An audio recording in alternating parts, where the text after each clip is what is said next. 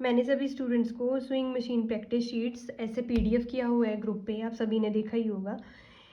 चलिए अभी स्टार्ट करते हैं, इसके बारे में मैं आपको बताती हूँ। जो ये पेपर प्रैक्टिस है, आप पहले क्या करोगे, सबसे पहले ऐसा पीडीएफ प्रिंट करवा लोगे और पेपर पे ही प्रैक्टिस करना है विदाउट एनी थ्रेड।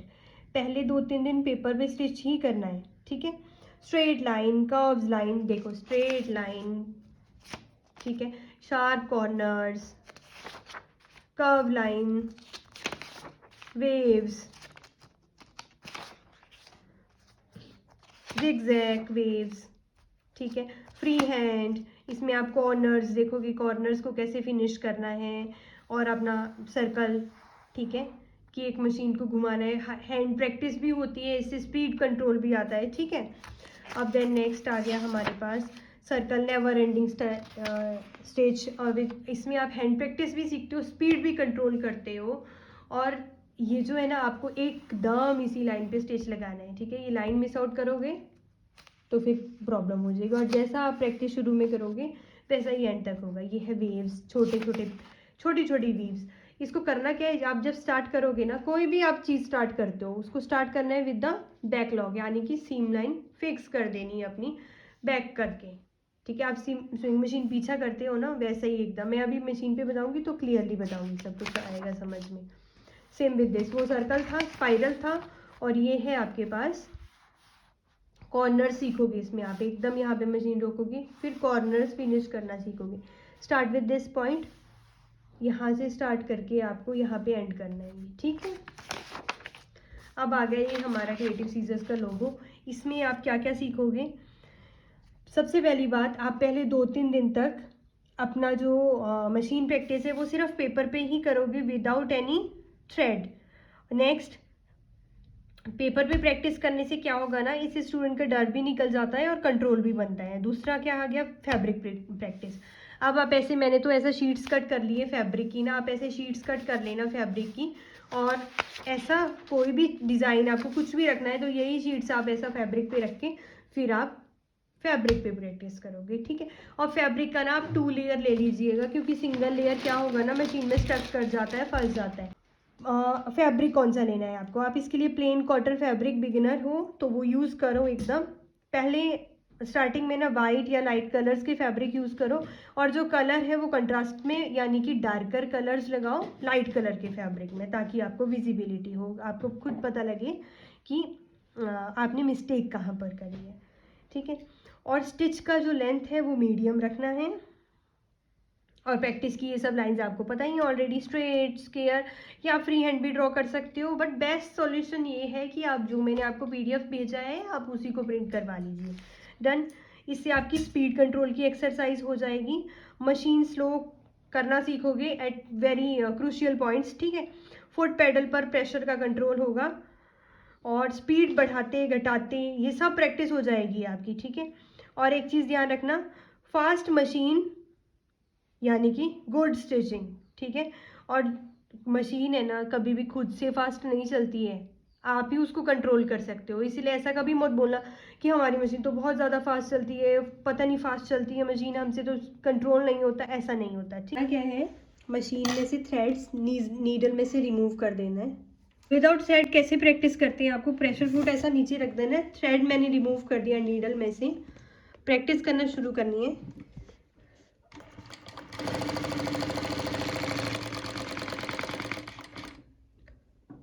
एकदम आप इस पॉइंट पे रुके, एंड पे बैक लॉक दिया आपने, ठीक। मैंने आपको क्या बताया, मशीन का स्पीड भी मीडियम रखना है।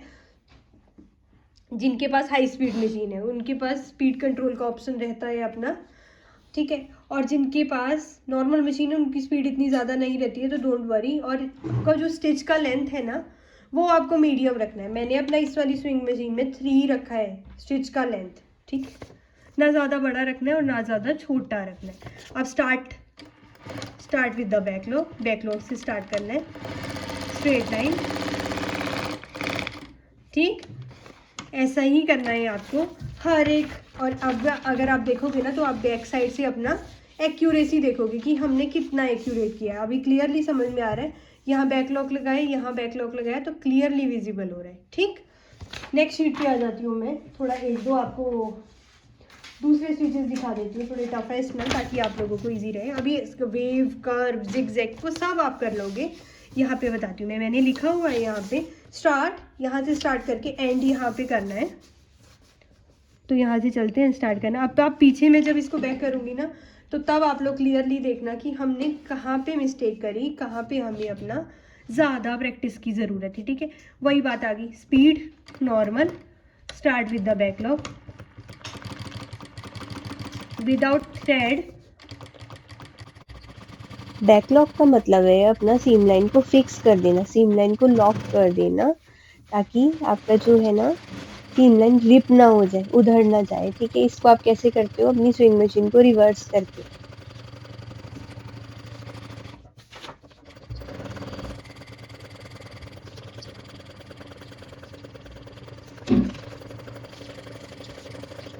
स्पाइरल डिजाइन में जैसे जैसे हम सेंटर की तरफ आते जाते हैं, सीम लाइन लगाना और मुश्किल होता जाता है, क्योंकि कर्व छोटा होता जाता है और फैब्रिक का कंट्रोल कम हो जाता है। इसलिए यहाँ स्लो स्टिचिंग, प्रॉपर नॉचिंग और एक्स्ट्रा पेशेंस की ज़रूरत होती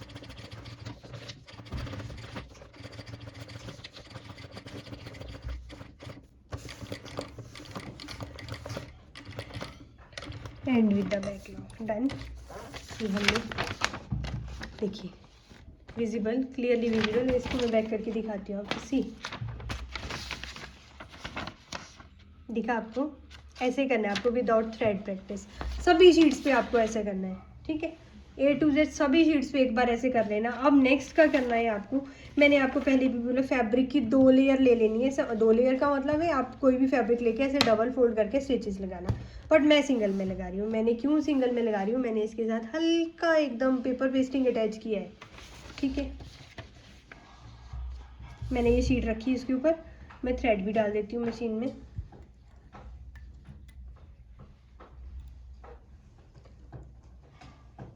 एक काम और भी आप सभी कर सकते हो, ये पेपर है ना, आप इस पे पेपर पे खुद हैंड से भी ड्रॉ कर सकते हो। ये सब लाइंस, कर्व्स, हमारा लोगो, सब कुछ। ठीक है, अभी करना क्या है, सबसे सिंपलेस्ट वे है, जो मैंने शीट्स भेजी है उनको प्रिंट करवा लीजिए, ऐसा फैब्रिक पे रखिए और स्टार्ट कर दीजिए। मैंने स्टार्ट करने के से कैसे बोला था आपको, start with the backlog. Backlog start करना है।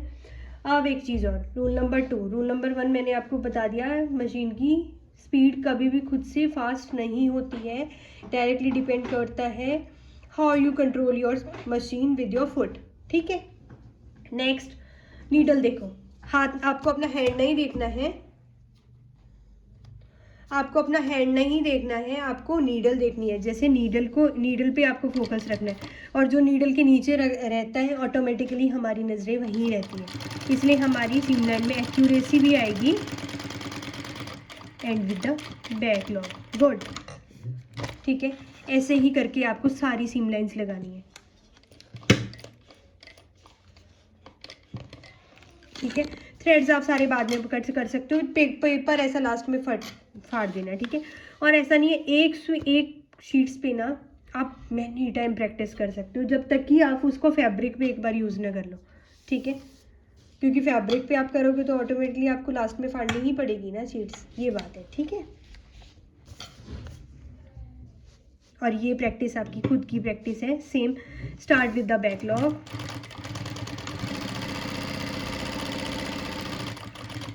And with the backlog. ये सारी शीट्स आप ऐसे करके पूरी कर लेंगे।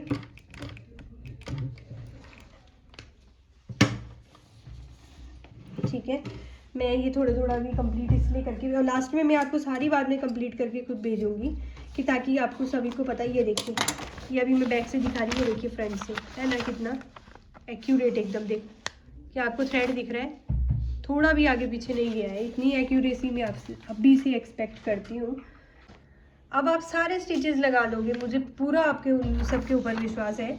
ये यहाँ से शुरू करोगे, स्टार्ट विद द बैकलॉग, यहाँ पे पहुँचोगे, देन टर्न, फिर टर्न करोगे, फिर शार्प कॉर्नर आएगा, turn turn turn turn turn होके यहाँ पे एंड विद द बैकलॉग। ठीक है, ये वाला स्टिच आप खुद लगा लोगे, सेम ही है, बस थोड़ा सा घुमाना है आपको। ये भी आप लोग खुद कर लोगे। ठीक है, हम लोग जैसे नेक लाइन फिनिश करेंगी, अपना आर्म होल फिनिश करते हैं, कुछ भी क्रॉच एरिया फिनिश करते हैं, पॉकेट्स लगाना, इससे आपकी सीम लाइन एकदम परफेक्ट आ जाएगी। तो ये प्रैक्टिस करना बहुत इंपॉर्टेंट है, सिर्फ खुद के लिए आपको प्रैक्टिस करनी है, ठीक है, मुझे दिखाने के लिए नहीं। इस वीडियो के बाद अगर किसी को कुछ भी समझ में नहीं आता है तो आप लोग एक तो कमेंट बॉक्स में कमेंट अपना पुट कर सकते हो, I will surely reply to everyone, ठीक है। नेक्स्ट, फिर भी अगर जो हम मेरे स्टूडेंट्स हैं उनको समझ में नहीं आता है तो उनका ऑलरेडी ग्रुप है, वो आप एक ग्रुप पे पूछ सकते हैं या पर्सनली भी पूछ सकते हैं, ठीक है। डन। अब स्टार्ट करते हैं विद दिस।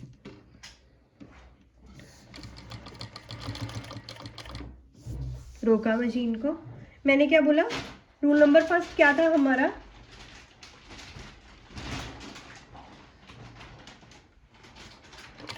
मशीन कभी भी खुद से फास्ट नहीं चलती है, we only control machine speed with our foot, ठीक है। रूल नंबर सेकंड, हमें हमेशा नीडल को देखना है। आप लोग खुद नोट करोगे, जो जो मैं रूल्स बता रही हूँ ना, आप लोग नीडल को देखोगे ना तो आपका सीम लाइन वैसे ही फिनिश आएगा, एकदम अच्छे से लगेगा, ठीक है। अब रूल नंबर 3, आपको है ना फैब्रिक को गाइड करना है। आपको पता है जो हमारा स्विंग मशीन है वो हमारा फैब्रिक अपने आप ले लेता है, अपने आप खींच रहा है, ठीक है, अपनी वाली साइड। बस हमें सीम लाइन को, हमें क्या करना है, फैब्रिक को अपनी तरफ नहीं खींचना, मशीन खुद फैब्रिक को खींचती है। आपको सिर्फ डायरेक्शन दिखानी है कि मशीन आपको यहाँ पे सिलाई लगानी है, ठीक है। डायरेक्शन दिखाने के लिए हमारे दोनों हैंड फ्री है। जो अपना मैनुअल मशीन यूज़ करते हैं उनका एक हैंड ऑलरेडी फ्री रहता है, उस हैंड से आपको सिलाई मशीन को गाइड करना है कि आपको यहाँ पे सीम लगानी है, खींचना नहीं है, पीछे से खींचने की ज़रूरत नहीं है फैब्रिक को, मशीन का खींचने का काम खुद है, ठीक है।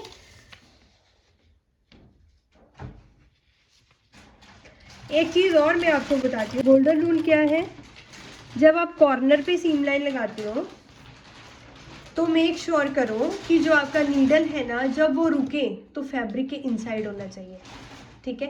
ऊपर फैब्रिक के नीडल रहेगी ना तो आपका मिसप्लेस हो जाएगा, फिर जो नेक्स्ट थ्रेड लगेगा, ठीक। इन आया समझ में, क्लियर।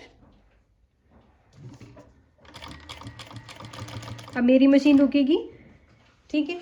अब ये जब भी रुकती है तो ये इसका जो नीडल है वो फैब्रिक के अंदर ही होता है,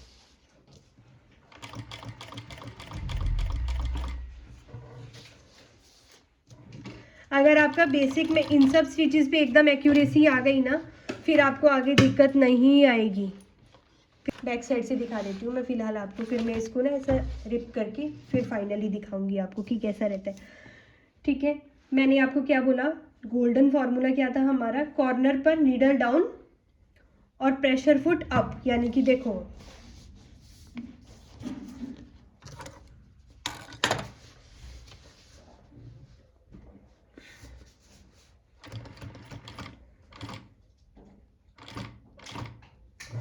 pressure foot up and needle down corner पे, तभी तो जब आप घुमाओगे उसको तो प्रेशर फुट ऊपर रहेगा ना। हमने एक गोल्डन रूल पढ़ा जिसमें नीडल हमेशा डाउन रहना चाहिए जब भी आप कॉर्नर पे अपने फैब्रिक को डायरेक्शन दोगे, यानी कि घुमाओगे फैब्रिक, ठीक है। प्रेशर फुट ऊपर रहना चाहिए, देखो मेरा प्रेशर फुट ऊपर है, ठीक है। नेक्स्ट थी, फैब्रिक को घुमाना है। ऑब्वियसली आप जब नीडल ऊपर करो, नीडल नीचे रहेगा, प्रेशर फुट ऊपर होगा, तो आपने फैब्रिक घुमाने के लिए ही वो किया है ना। अगर प्रेशर फुट नीचे रहेगा तो आपका फैब्रिक घूमेगा कैसे, प्रेशर फुट ऊपर रहेगा, नीडल नीचे रहेगी, फैब्रिक घूमेगा, ठीक। अब क्या होगा, फिर फैब्रिक घुमाया, प्रेशर फुट नीचे, और फिर स्टिच कंटिन्यू, रुका, अब फिर प्रेशर फुट ऊपर, घुमाया,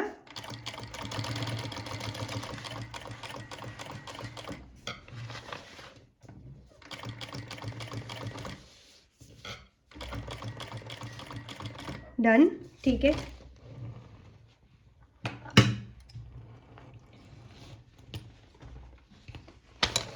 ये देखिए, मैं सारा थ्रेड जब एक्स्ट्रा कट कर दूंगी ना तो आपको तभी लगेगा पता कि हमारा कितना ज़्यादा क्लीन आया है स्टिच, ठीक है।